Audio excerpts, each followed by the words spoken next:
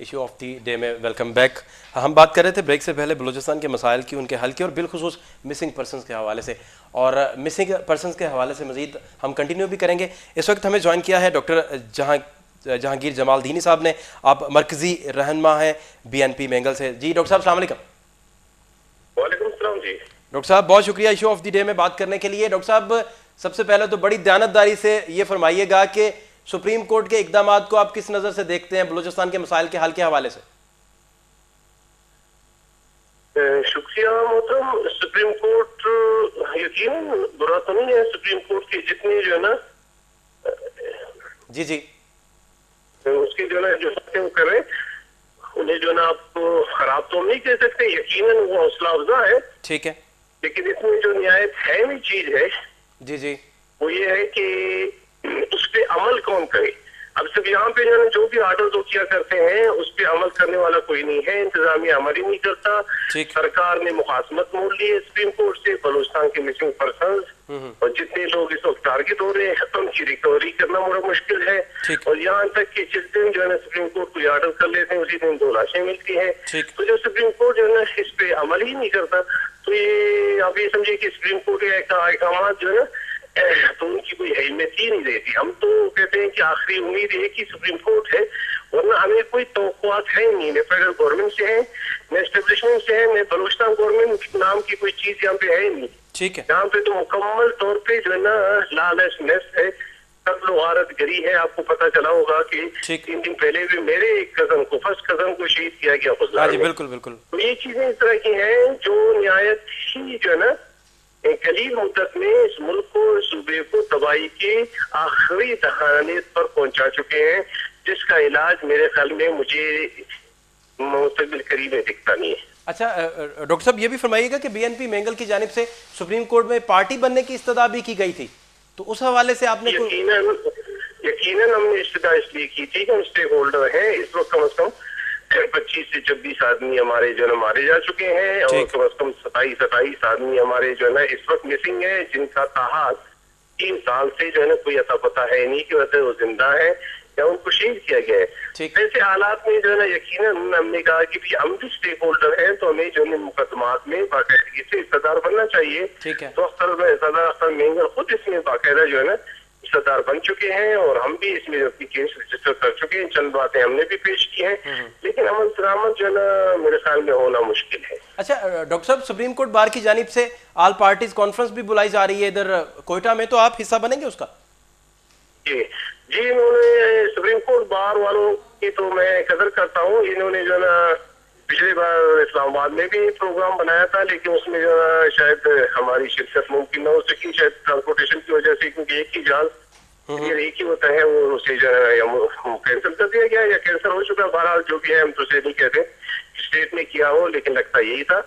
और अब जो है ना 9 तारीख को मेरे ख्याल में उनका प्रोग्राम है यहाँ पे पाकिस्तान बार का, वो यहाँ पे all party conference, all party conference नहीं बल्कि बलूचिस्तान के इशू पे जो ना वो चीजें जेर बहस लाना चाहते हैं। ठीक। अच्छा दूसरा डॉक्टर साहब ये भी फरमाइएगा कि सुप्रीम कोर्ट की समाअतों के बाद मिसिंग पर्संस उठाए जाने का सिलसिला कम हुआ है या बढ़ा है बलूचिस्तान में? कोई फर्क नहीं पड़ा मतलब, कोई फर्क नहीं पड़ा। जिस तरह पहले थी उसी तरह है और इसी तरह लोगों को उठाया जा रहा है, इसी तरह मारा जा रहा है, टारगेट की जा रही है। फर्क सिर्फ इतना है कि अब सुप्रीम कोर्ट में पहले जो ये बातें निकलती नहीं थी, क्योंकि आपकी इलेक्ट्रॉनिक मीडिया से तो हमें गिला था। शुक्र है आप तो कभी कभी 2 बातें हमसे कर लेते हैं। बाकी इलेक्ट्रॉनिक मीडिया मुकम्मल तौर पर अपना बाइकाट कर चुका है। वो मेरे ख्याल में चंद लोग हैं, उन्हें अक्सर बुला लेते हैं कि वो तो फटिफाई मुबस्सिर है, कोई दीगर जो है उनकी अपनी अकादरीन है, उनसे अपनी तसल्ली करवा लेते हैं और अपनी रेटिंग बढ़ाते हैं। अदरवाइज वो है बलूचिस्तान को मुकम्मल तौर पे कोई दूसरा मुल्क को समझ के इनके उससे बाइकाट कर चुके हैं। और अहले बलूचिस्तान के जो असल नुमाइंदे हैं उन्हें कभी भी नहीं बुलाते। इस कंटेक्स्ट में तो मैं कहूँ कि पहले बातें नहीं आती थी मीडिया में, अब कम से कम सुप्रीम कोर्ट के तवसत से चंद बातें जो है नेशनली इंटरनेशनल मीडिया पे आ जाती है। यही एक फायदा हुआ है और कुछ नहीं हुआ। अच्छा डॉक्टर साहब, रॉयल न्यूज़ में आपको हमेशा से हम लोग आपकी आवाज़ भी उठाते हैं, आप आवाम तक भी पहुंचाते हैं और सबसे ज़्यादा अपने प्रोग्राम्स में बलूचिस्तान के इशू को हाईलाइट भी करते हैं। अब मेरा आपसे सवाल है बड़ा अहम डॉक्टर साहब, सवाल मेरा ये है कि BNP मैंगल जो है उधर कॉन्स्टिट्यूशनल ब्रेकडाउन में और सुप्रीम कोर्ट रजिस्ट्री के सारे मामला भी आपके सामने है, BNP मैंगल कौन सा फाल किरदार अदा कर रही है? क्योंकि आवाम की पॉपुलैरिटी अच्छी खासी BNP मैंगल के साथ तो है, तो आप कौन सा फाल किरदार अदा वहां कर रहे हैं इन सारी सूरत हाल में? देखिए ना, फाल किरदार के दो तरीके होते हैं। एक तो ये कि कंसल्टेशन हो स्टेट की तरफ से कि भाई आप आके हमसे जो है ना ये जितने भी मसाइल है इसे जेर बहस ले आए, कोई हम रास्ता निकलवा दें। स्टेट ने आज तक गुज़श्ता 4.5 साल की मुद्दत में किसी से बात नहीं की, खसूसन बलूचिस्तान नेशनल पार्टी को, तो वो एप्पल ऑफ डिस्कार्ड समझ के उसे दूर फेंकते, उनसे बात नहीं करते। अब हमने जो है ना जनरली पोलिटिकली जो एक्टिवेशन है उसमें हमने PPCC भी बनवाया है, पोलिटिकल पार्टीज कोऑर्डिनेशन कमेटी, मुख्तलिफ पार्टी जो इस्लामी तहरीक इंसाफ, नेशनल पार्टी, अवाम पार्टी और इसी तरह जो है ना ENP शामिल है। इनके तवज्जुह से जो है ना हम अक्सर एहतजाज वगैरह किया करते थे और मुख्तलिफ लोगों को मुतर्रिक करते थे कि भाई ये जुल्म ज्यादतियां हो रही है, कलेक्टिवली इस महीने इसको जो है ना हम ज़ईफ कर दें, कमजोर कर दें। और साथ ही जो है ना हमें सुप्रीम कोर्ट पे एतमाद जाहिर की है, हमने कहा कि वो आखिरी उम्मीद है, इसे हमने सपोर्ट देना है और सपोर्ट इंशाल्लाह हम देंगे। अब रही बात इसमें जो है ना कोई और रोल पॉलिटिकल पार्टीज का हो क्या सकता है कि जब उसे मार्जिनलाइज किया जाता है, उसे स्क्वीज किया जाता है, उसे जल्द से जल्द जुलूस करने नहीं दिए जाते हैं, उनके रिश्तेदारों को मारा जाता है और बाजू का पॉलिटिकल एक्टिविस्ट जो है उन्हें भी जो है ना खत्म किया जाता है, उन्हें टारगेट किलिंग के जरिए जो है से हटाया जाता है, तो वो भी मुकैयद हो जाते हैं। तो इन हालात में बड़ा मुश्किल होता है कि आप एक एक्टिव रोल प्ले कर सकें और बलूचिस्तान में गवर्नेंस या दूसरे जितने भी मसाइल है उन्हें ज़ईफ करके कम कर सकते। लॉ इन्फोर्सिंग एजेंसी जितने भी इन्हें जो है ना पॉलिटिकल पार्टी के पीछे लगा दिया गया है कि भाई आप इन पे जो नजर रखें और इनकी एक्टिविटीज को चेक करें। आपके रैंसम वाले डकैत, चोर, डाकू, बर्गलर ये तमाम आजाद कर रहे हैं और मुल्क में मुकम्मल तौर पे उनकी सरपरस्ती हो रही है। इस वजह से ये लोग जो है ना दंदनाते फिरते हुए काले शीशे बैग्स गाड़ियों में उनके पास राहदारियां हैं, उनके पास बंदूकें हैं, वो जो है सुबह से शाम तक जो है ना पैसा बटोरते हैं, लोगों को लेके जाते हैं और लालचनस जो है ना अपने उरूज तक इस बुनियाद पे पहुंच चुकी है जिसपे हमारा कंट्रोल जरा मुश्किल है। कबायली तौर पे हमने कोशिश की थी कि कबायली जितने भी जोमा है, पोलिटिकली जितने भी जोमा है, उनके तवज्जुह से इसे हम कम कर सके। कम करने की हमने कोशिश की है, कम हो ही जाता है, लेकिन कहीं से सरपरस्ती उनकी हो जाती है, वो एक बार फिर फाल हो जाते हैं और ये जो है तमाम काविशें वगैरह ज़ईफ पड़ जाती है। ठीक, अच्छा डॉक्टर साहब आपसे आखिरी मेरा सवाल कि इन सारी सूरत हाल में नवाब साहब को तो बलूचिस्तान में होना चाहिए था, तो कब तक वो वापस आएंगे और आवाम के साथ मसाइल का हल जो है वो तलाश करेंगे? सरदार अख्तर मेंगल की बात कर रहे हैं? जी बिल्कुल जी बिल्कुल जी देखिए ना, सरदार अख्तर मेंगल इलाज के सिलसिले में आपको पता पर शायद होगा, मैंने पहले भी बताया था आपके इसी प्रोग्राम में, उनको सार्काइडोसिस की बीमारी, इस वक्त वो लंदन जा चुके हैं। उसी आखिरी तौर पे जो उन्हें डॉक्टरों ने मना किया कि आप जो है ना, क्योंकि आपको डिजनिक हो जाते हैं, आप सांस की तकलीफ हो जाती है इस बीमारी की वजह से, आप जो है ना रेस्ट करें और आप जो एक एक्टिविटीज में जो है ना एंग्जाइटी यानी परेशानी और जो है ना बेचैनी से इज्तनाब करें। इस बुनियाद पे उन्हें कुछ अर्से के लिए वहाँ पे रेस्ट दिया गया है और करीब इंशाल्लाह वापस आएंगे। लेकिन इसके बरअक्स सरदार अताउल्लाह मेंगल इस वक्त जो है पाकिस्तान में मौजूद है और बाकायदा पार्टी की क़यादत भी कर रहे हैं और पार्टी के दीगर जितने भी ज़ोहमा दोस्त सियासी तौर पे लोग मशहूर है और पार्टी निहायत ही जो है फाल अंदाज में जो उसकी मैनिफेस्टो है, जो उसकी जो जिम्मेदारियां है उसे अदा कर रही है। इस सिलसिले में जो है ना हम मेरे ख्याल में मायूस भी नहीं है और फख्र करते हैं और इंशाल्लाह अनकरीब हमारे बलूचिस्तान के जो है ना निहायत ही आपका ये कहें कि अर्दिल अजीज रहनुमा सरदार अख्तर मेंगल मेरे और आपके दरमियान मौजूद हो। जी डॉक्टर साहब बहुत बहुत शुक्रिया। इशू ऑफ द डे में डॉक्टर जहांजेब जमालदीनी साहब, मरकजी रहनुमा BNP मेंगल और नवाब अख्तर मेंगल साहब अगर पाकिस्तान में हों तो आवाम की इतनी ज़्यादा पॉपुलैरिटी है उनमें और उससे मसाइल को जो है उसका तदारुक और उनको डेप्थ से हल करने का जो मसला है वो भी बेहतर हो सकता है। सुप्रीम कोर्ट की बलूचिस्तान हुकूमत को लापता अफराद की बाजियाबी की जो है वो डेडलाइन भी दे दी गई है। कॉन्स्टिट्यूशनल ब्रेकडाउन इसे कहा जा रहा है मुबसरीन की जानिब से। तजियाकार जितने भी हैं, बाज़ लोग इसे 71 के वाक़यात के साथ मिलाते हैं और बाज़ लोग कहते हैं कि बलूचिस्तान में हालात इस हद तक बिगड़ चुके हैं जैसे हमारे मशरक़ी पाकिस्तान में हालात बिगड़ गए थे। लेकिन अब सूरत हाल ये है कि उस वक़्त और इस वक्त एक फ़र्क ज़रूर है कि उस वक्त मीडिया ने बहुत ज़्यादा झूठ बोले थे और ऐसी हेडलाइन सामने आती थी जिनका सिरे से कोई ताल्लुक नहीं था। लेकिन आज मीडिया जो है अपना फाल किरदार अदा कर रहा है और हक़ाइक़ को सामने ला रहा है, जिससे बलूचिस्तान के आवाम को कम अज़ कम इतना ज़रूर पता चल गया है कि जितने भी बाकी मानदा सूबे हैं उन्हें बलूचिस्तान के मसाइल की बहुत ज़्यादा तकलीफ़ है और उसके हल के लिए सारे के सारे सूबे जो हैं वो बहुत ज़्यादा बेताब भी हैं। हमारे साथ कुछ देर पहले डॉक्टर जहांजेब जमालदीनी थे।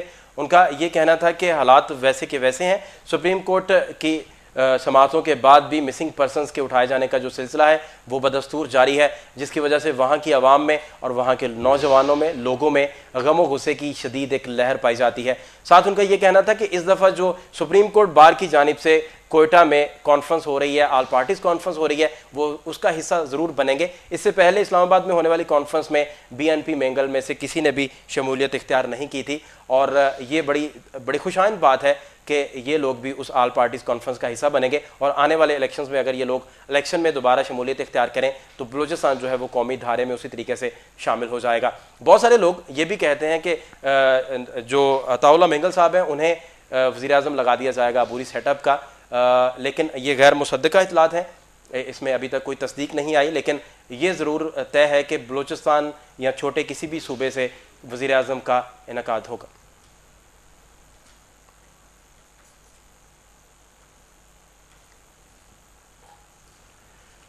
इसी हवाले से मज़ीद बात करेंगे। हमें ज्वाइन किया है डॉक्टर मोहम्मद इलियास अंसारी साहब ने।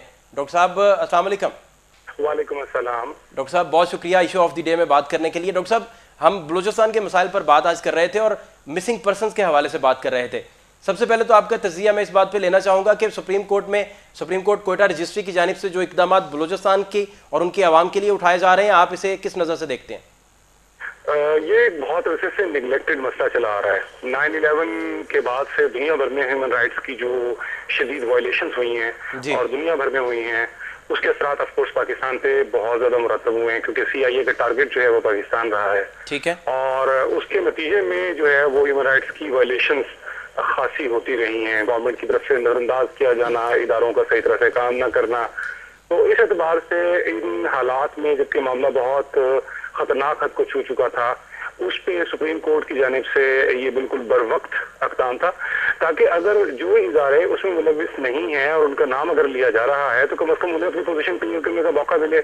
अगर इसमें कुछ और बैरूनी अनासिर शामिल हैं तो उनकी सरकोबी के लिए जो हमारे इदारे मौजूद हैं वो अपना रोल अदा करें। तो इस एतबार से सुप्रीम कोर्ट का ये फैसला लेना या इसके ऊपर नोटिस लेना या इसके ऊपर कार्रवाई करना बेहद मुस्तहसन है। ठीक है। अच्छा डॉक्टर साहब, दूसरा ये बताइएगा कि मिसिंग पर्सनस की जो तादाद है वो उसी तरीके से उठाए जा रहे हैं। एजेंसियां अगर कोई बंदा उठाती हैं तो उसका फ्री एंड फेयर ट्रायल करके अदालत में क्यों नहीं पेश करती? इसमें देखिए 2-3 तरह के मसले मसाइल इसके अंदर मौजूद हैं।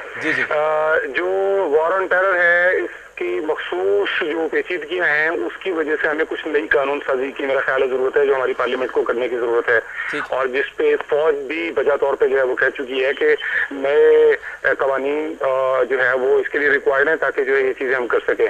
दूसरी चीज ये कि इस तरह का जो मसला है, यानी इस चीज की किसी को भी नाजायज उठाए जाने की हिमायत किसी भी सूरत में नहीं की जा सकती। ना हमारा रिलीजन इस चीज की इजाजत देता है, ना हमारे कॉन्स्टिट्यूशन में इसकी कोई गुंजाइश है, और ना ही कोई महजब इंसान इसकी हिमायत कर सकता है। लेकिन ये हकीकत के तौर पर चीज मौजूद है कि हिंदुस्तान के अंदर कई ऐसे कवानीन मौजूद हैं जिसके तहत वो मुख्तलिफ रियासतों से लोगों को उठाते हैं। कश्मीर के अंदर उसका काफी उन्होंने एक अरसे तक इतलाक रखा है और पाकिस्तान उसकी मुखालफत करता रहा है। तो लिहाजा इस तरह के कवानीन का हमारे अपने मुल्क के अंदर तो वजूद नहीं होना चाहिए, लेकिन इसके बावजूद तो जो कुछ हो रहा है वो कानून के ऐन मुताबिक होना चाहिए।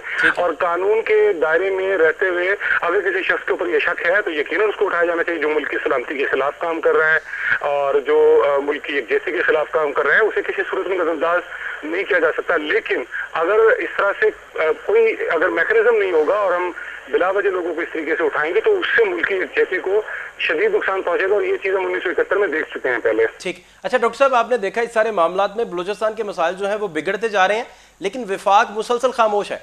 बहुत सारे काम सुप्रीम कोर्ट को उसकी जगह करने पड़ रहे हैं। विफाक और हुकूमत की खामोशी किस नजर से देखते हैं आप, और क्यों है?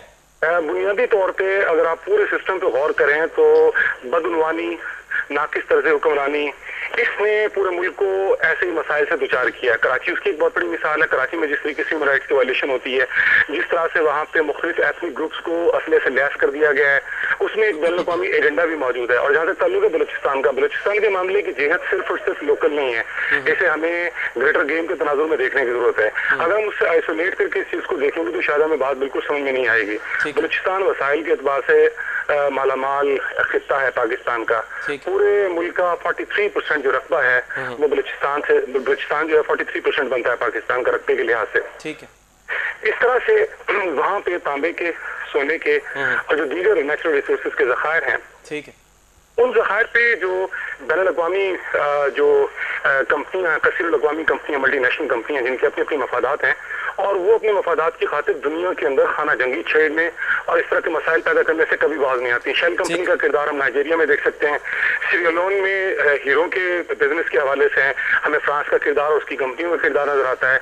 इसी तरीके से आपको बेशुमार जगहों के ऊपर आपको ये मल्टीनेशनल कंपनियां और इस तरह के इदारे, उनसे ताल्लुक रखने वाले जो ममालिक हैं, उनकी अपनी जो मादी मफादात हैं उसके तहत वो ऐसे सिविल वॉर करवाने में किसी भी तरीके से पीछे नहीं रहते। चूंकि हमारे यहाँ नाकिस तर्ज हुक्मरानी है, उसका रिजल्ट ये निकल रहा है कि इन फैक्टर्स को इस्तेमाल करते हुए, इन नकाइस से फायदा उठाते हुए वो जो बैरूनी अनासिर हैं वो इस तरह से मामला को बिगाड़ रहे हैं। और उसका वाज़ेह सबूत ये है कि विफाक की जानिब से कोई दिलचस्पी नहीं है, वज़ीर दाखिला को कोई दिलचस्पी नहीं है, सेक्रेटरीज को कोई दिलचस्पी नहीं है, सदर पाकिस्तान को कोई दिलचस्पी नहीं है। महज बयानात दे देने से मसाइल हल नहीं होते, जबकि करप्ट लोगों को वजारतों पे नवाज दिया गया हो, बिठा दिया गया हो और उसके बाद चाहे आप हकूक़ आगाज़ बलूचिस्तान के नाम से अरबों रुपए के पैकेजेस दे दें, उन पैकेजेस का फायदा आम आदमी तक नहीं पहुंचता। ठीक, अच्छा डॉक्टर साहब, मेरा आखिरी सवाल आपसे, अभी कुछ देर पहले हम बीएनपी मेंगल के रहनुमाओं से बात कर रहे थे, तो उनका बड़ा वाज़ेह स्टैंड सामने आया। उनका कहना है कि सुप्रीम कोर्ट जितने भी अहकाम सादिर करता है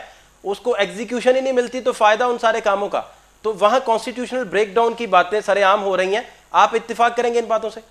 देखिए, इसमें बिल्कुल उनकी बात जो है वो उस बात से इनकार करना इसलिए मुमकिन नहीं है कि इंसाफ होना नहीं बल्कि होते हुए नजर भी आना चाहिए। लेकिन अब हमें इसमें देखना ये है कि सिर्फ बलूचिस्तान के मामले में ऐसा नहीं हो रहा, बल्कि दीगर मामलात के अंदर भी हमारी ये इंतहाई करप्ट हुकूमत जो है इसी तरीके से जो है वो परफॉर्म कर रही है। वो तौहीन अदालत का केस हो, एनआरओ वाला केस हो या दीगर केसेस हो, विफाक का रवैया, खासतौर पर पीपल्स पार्टी की रवैया है और वो जो है इम्प्लीमेंट होने दे रहे हैं। इसलिए इसको मेरा ख्याल है कि हमारे बलोच भाइयों को भी ये देखने की जरूरत है कि ये मामला सिर्फ बलोचिस्तान के हद तक नहीं हो रहा, बल्कि इसके असरात जो हैं मुल्क के पूरे बाकी हिस्सों पर भी महसूस हो रहे हैं। जी डॉक्टर साहब, बहुत बहुत शुक्रिया। डॉक्टर इलियास अंसारी साहब हमारे साथ मौजूद थे, मारूफ तजियाकार एनालिस्ट हमारे साथ मौजूद थे। साथ उनका कहना था कि वो बिल्कुल तईद करते हैं बीएनपी मेंगल के उस बयान की जिसमें उनकी तरफ से ये कहा गया है कि अगर सुप्रीम कोर्ट कोई अहकाम सादिर करता भी है तो एग्जीक्यूट नहीं होता, और अगर एग्जीक्यूशन हुकूमत ने नहीं करनी तो एग्जीक्यूशन किसने करनी है, और सूबाई सेटअप जो है वो बिल्कुल मफलूज होकर रह गया है। बहुत सारे तजियाकार ये भी कहते हैं कि 70 के बाद अब तक वहाँ जितने भी इलेक्शंस करवाए गए वो रबड़ स्टैम्प थे, और आवाम की जो एग्जैक्ट क़यादत है वो आवाम में जब होगी नहीं और उसे प्रमोट ही नहीं किया जाएगा और उसे बनाया ही नहीं जाएगा और उसकी जगह पैरेलल गवर्नमेंट चलाने के लिए अपना कोई बंदा प्लांट कर दिया जाएगा, तो फिर हालात जो हैं वो किस तरीके से चलेंगे। मिसिंग पर्सनस और बलूचिस्तान के हवाले से आज हम बात कर रहे हैं, और लापता अफराद का जो मामला है वो इस हद तक गमगीर होता जा रहा है, और सुप्रीम कोर्ट की जानिब से कई दफ़ा वाज़ेह अहकामात भी सादिर किए गए कि लापता जो अफराद हैं इनका कोई सद्देबाब होना चाहिए और एजेंसियों को कोई इसकी कानून साजी करनी चाहिए, और अगर FC भी वहाँ से कोई बंदा उठाती है तो उसकी कानून साजी होनी चाहिए बाकायदा, और FC बंदा अदालत में पेश करे, फ्री एंड फेयर ट्रायल हो और उसके खिलाफ सबूत भी मुहैया किए जाने चाहिए।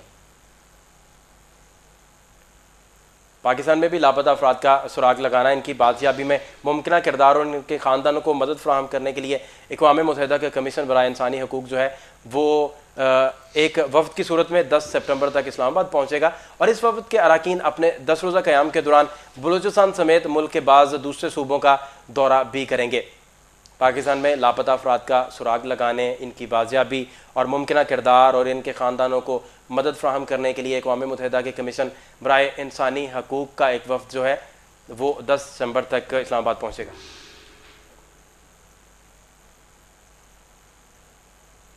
नाज़रीन, प्रोग्राम का वक्त तो हमारे पास ख़त्म हो गया, लेकिन जाते जाते आपको फ़कत इतना कहेंगे कि जितने भी रूठे हुए बलूचिस्तान के भाई हैं उनको मनाने के लिए वफाक को अपना फ़ाल किरदार अदा करना चाहिए। और बहुत सारी तजावीज़ ये भी आई थी कि वफाक जो है वो सारे के सारा अगर कोयटा शिफ्ट कर जाए तो कोई वजह नहीं है कि 10 दिन के अंदर बलूचिस्तान के सारे मसाइल हल हो जाएं और वहाँ का जो बलोच भाई है उसके अंदर जो एहसास महरूमी पाया जाता है वो भी अपने नुक्ता एहतताम को पहुँच जाए। इशू ऑफ डे में मुझे इजाज़त दीजिए, आपसे मुलाकात होगी कल। अल्लाह ने के बाद।